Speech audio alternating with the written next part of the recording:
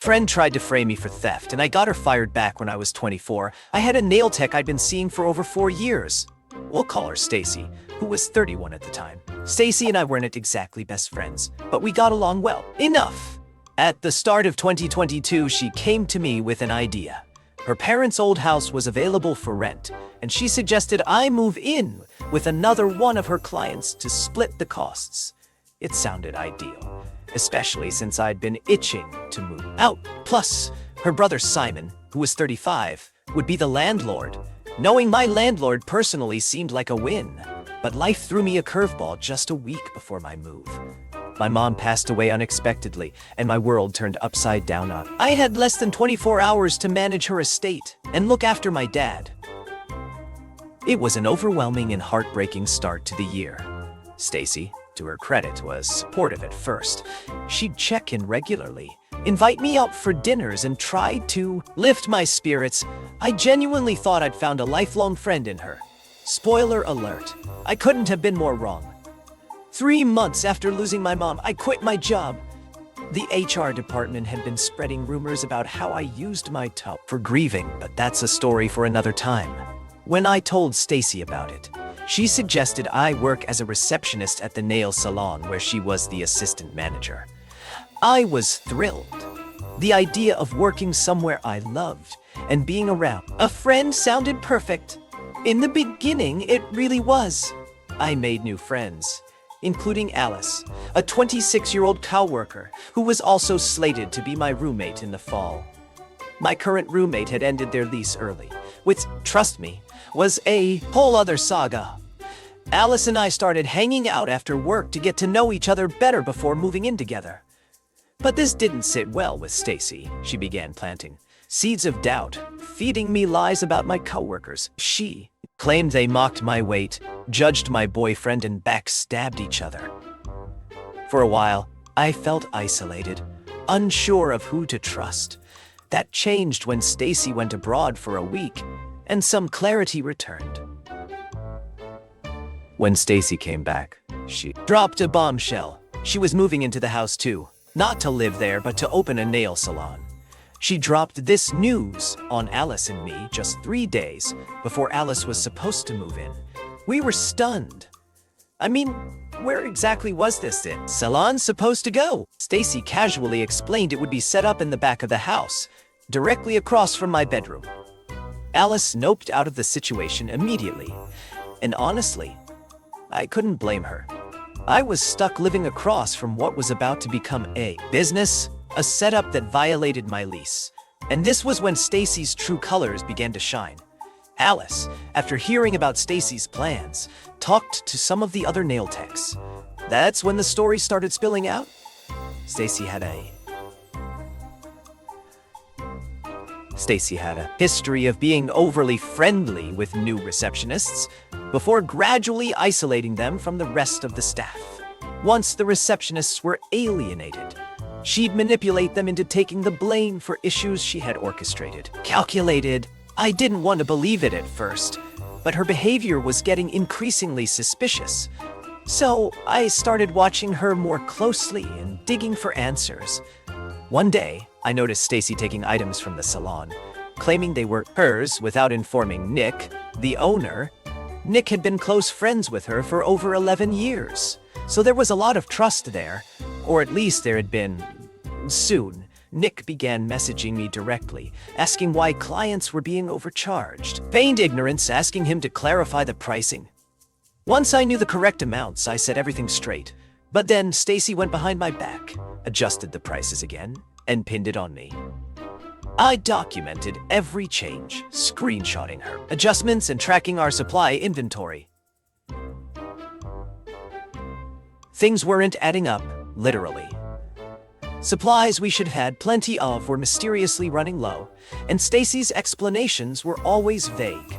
The breaking point came when Stacy asked me to carry some boxes to her car.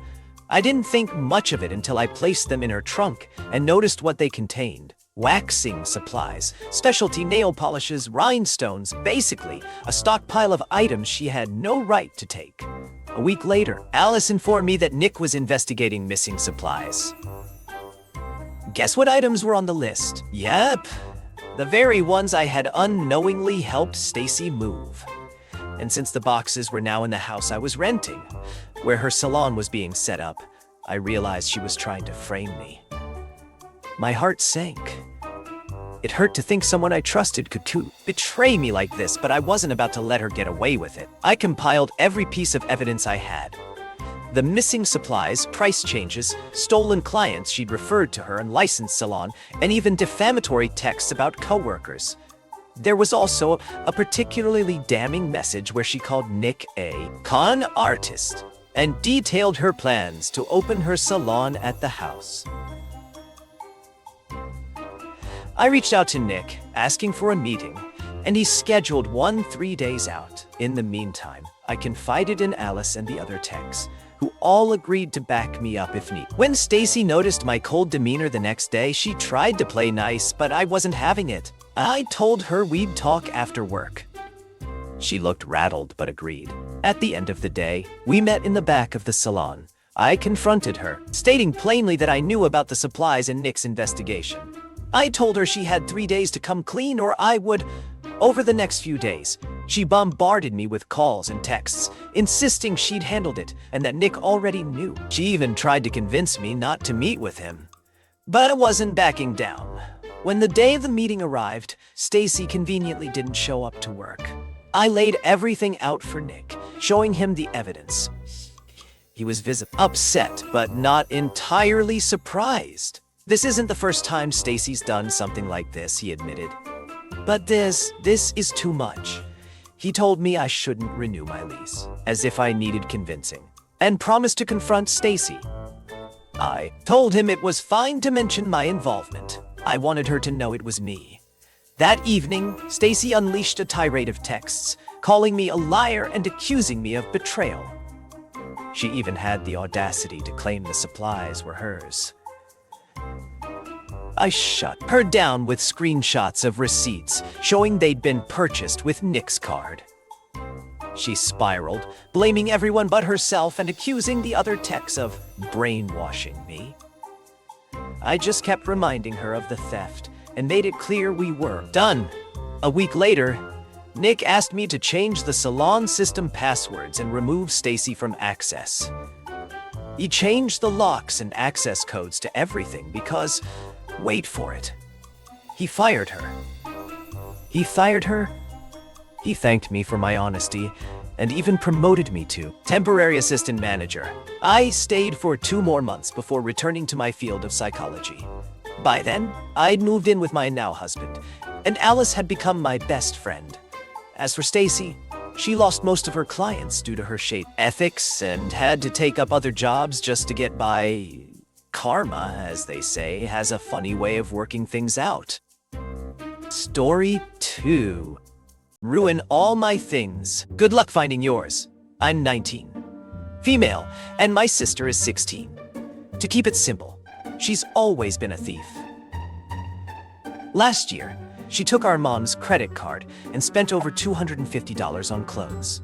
Because no matter how they punish her, she just doesn't listen. Over the years, we've all learned to keep anything valuable hidden so she can't swipe it. Her favorite thing to steal is clothing, particularly from my mom and me, no matter how many times we beg her not to. She's also awful at taking care of her things, so by the time we realize something's missing, it's usually ruined, torn, stained, or just lost.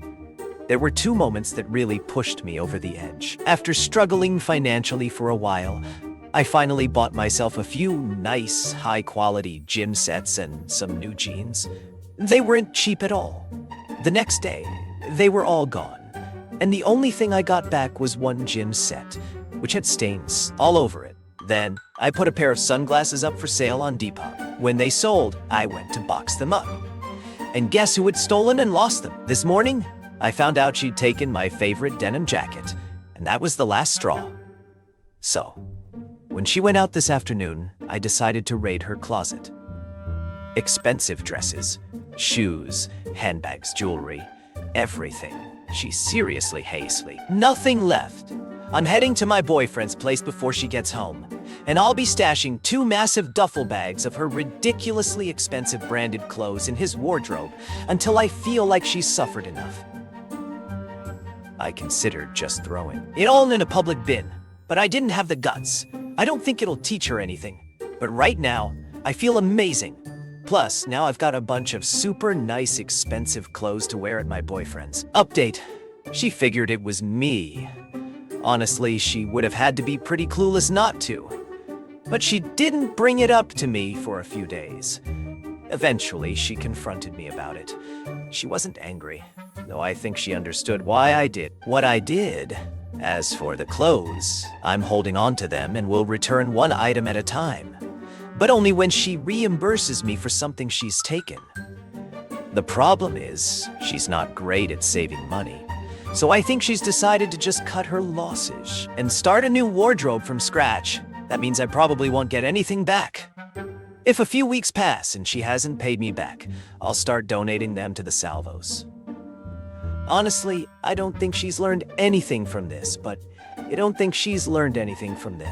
definitely made my more spiteful side feel good.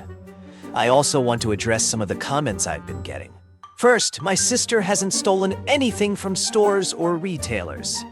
She takes things from family and friends, people she knows. Won't press charges. She's just a pain. And honestly, an entitled 16-year-old. Now, some of you have suggested I press charges or call the police on her. I'm not doing that. Yes, she's not the best person, but she's my sister, and family always comes first. Plus, she's 16. Let's keep things in perspective. We're talking about petty theft, not something worth involving the authorities over. Honestly, reading some of your comments, it sounds like some of you would be too quick to sever ties with your family. A few people have also said I should just put a lock on my door and refuse to take it off. Look, my parents aren't perfect at parenting, but I still respect them a lot. They've done so much for me in life, I'm not going to lower myself to my sister's level by ignoring their requests. That would make me just as bad as her. And finally, I've seen comments telling me to move out. Trust me, I'd love to, but at 19, how many people can actually afford to move out and live on their own? Even if I could, I'm not going to leave just because my sister's a pain. For now, I've ordered a lockable trunk to keep all my valuables and clothes safe under my bed. Hopefully, that will solve the issue once and for all. Thanks again for all of the support. Story 3. It happened years ago, but still feels like sweet revenge. This story goes back to the early 90s, when my best friend Brent and I were working together at American Express. We weren't exactly raking in the big bucks, but the perks of the travel industry made it a fun gig. For context, Brent was gay, and I'm straight, so we often joked about both of us having crushes on men. At the time, Brent was renting a small house and had a roommate for a while. Unfortunately, this roommate turned out to be a lazy, freeloading loser. Not only did he refuse to pay his share of the bills, but he also ran up a massive phone bill from calling those sketchy 1-900 numbers. Anyone remember those? Back in the days before the internet was easily accessible. Naturally, when the guy refused to cover the huge debt he'd racked up, Brent told him he needed to move out. The roommate stormed off in a huff, leaving all his stuff behind. Brent filed a lawsuit against him in small claims court and won, but the best part came after the court hearing. As they were leaving the courthouse, the roommate told Brent, "I'm not paying you anything, and you can't keep my stuff either." Brent didn't keep his stuff, but he sure made a lot of money off it. He threw a huge garage sale and sold everything. The roommate's clothes, electronics, you name it. In the end, Brent ended up making way more money than he would have from the court case. Story 4. Messing with a scammer. I absolutely hate scammers. I mean, who doesn't, right? But I have a special kind of disdain for them because I've been scammed out of thousands of dollars in the past. So when I got a scam email today, I saw it as the perfect opportunity for some revenge. A couple of hours ago, I received an email that claimed I had just bought an iPhone. with a PayPal receipt and a supposed invoice number. The problem, I don't even have a PayPal account. As soon as I saw it, I knew it was a scam. But here's the kicker. The scammer had their phone number listed on the email as the number to call for inquiries about my PayPal transaction. I saw my chance. I picked up the phone and called the number. I pretended to be the confused customer, claiming I had ordered the phone, but there was no tracking number or confirmation for the order address. I asked if they could help me figure out when I received my package. The scammer bit right away. He introduced himself as Austin and asked for the invoice number, which I gave him, knowing full well it was a made-up number. He then asked how much I had paid, and I replied, "Shouldn't you already know that? Isn't that on the invoice?" He told me the number I gave him was invalid. I acted surprised and said, "But it's the number on the receipt I got." He quickly got defensive and told me, "If you don't believe this is real, just hang up and don't call back." Then he hung up on me. But of course, I called back. The voice on the other end sounded like Austin's, but I wasn't sure. He introduced himself as Frank this time. I told him that the previous person I spoke to hung up on me, and I was offended by how unprofessional it was. Frank said he thought he'd been the one to speak to me. I agreed, and he asked why I was calling back. I told him I'd like to speak to his manager because I was so offended by how I'd been treated. He refused, but I cut him off mid-sentence, saying, "If this is a real business, you'd let me speak to your manager. So, I'd like to do that now." He told me not to call back and hung up. I didn't stop there. I called again, answered saying, "This is PayPal," and introduced himself as Austin again. I said, "Oh, so now you're Austin again, not Frank." He sighed, defeated, and said, "Yes, ma'am," which honestly made me laugh. I don't think he realized what he just admitted to, but I sure did. He started swearing at me, demanding I never call back. Naturally, I called him back 3 more times, each time using a different voice, but he knew it was me. He yelled and swore every time, but I figured as long as I kept him on the line, he wasn't out scamming other people. It's been a couple of hours now, and I'm still calling him every few minutes. About 5 minutes ago, he took the bait again, introduced himself as Austin from PayPal, and I started banging pots and pans for 1.5 minutes. He swore some more. Honestly, it's been hilarious. I'll probably keep calling him and save his number on my phone for whenever I'm bored and want to make a scammer feel even a tiny bit of what I felt when I was scammed. And, to everyone commenting about your experiences calling him, you guys are amazing. Been reading all the comments and I can't respond to them all, but I just want to say thank you. It's so great to see so many of you share my frustration with scammers and want to stand up for innocent people. If I could, I'd give you all Ants and People Award. Honestly, you've made my day so much better with all the laughs and support. This is like my Christmas present to me, so thank you all so much. Story 5. Ex-boss, 58 NM, stole from us. Then told his wife about his cabin. BJ, strap in, folks, because this one's a doozy. So my boyfriend, 33, worked for this guy, Tom, who owned his own roofing company. Tom really liked my boyfriend's work ethic, and they became pretty close, working together every day and even hanging out at Tom's cabin occasionally for drinks and card games. But as time passed, we started to see the darker side of Tom. The more we got to know him, the more we realized he was just a drunk jerk. Eventually, the negative atmosphere was wearing on my boyfriend so badly that it started to affect our home life. After about a year, he decided he couldn't deal with Tom's abuse anymore and made up his mind that he wouldn't return next season. When the next season rolled around, Tom asked when my boyfriend would be back at work. My boyfriend politely told him that he'd found another job and wished him the best.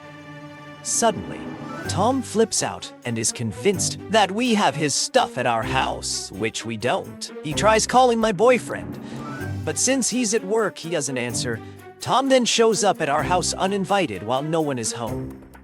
What Tom didn't know is that we had installed security cameras. When my boyfriend gets home, notices some things moved around in the yard, so we check the footage. Sure enough, Tom and his son, who lives with him, are caught on camera stealing our large two-wheel dolly. A pressure washer and a friend's leaf blower that they'd lent us. Also goes into our garage for several minutes, though he comes out empty-handed. But we're not sure if he pocketed anything. My boyfriend is beyond furious. He calls Tom multiple times, but gets no answer. Tom doesn't text either. So, he leaves a voicemail asking him to call back. The next morning, Tom calls back acting unusually chipper, which just infuriates my boyfriend even more.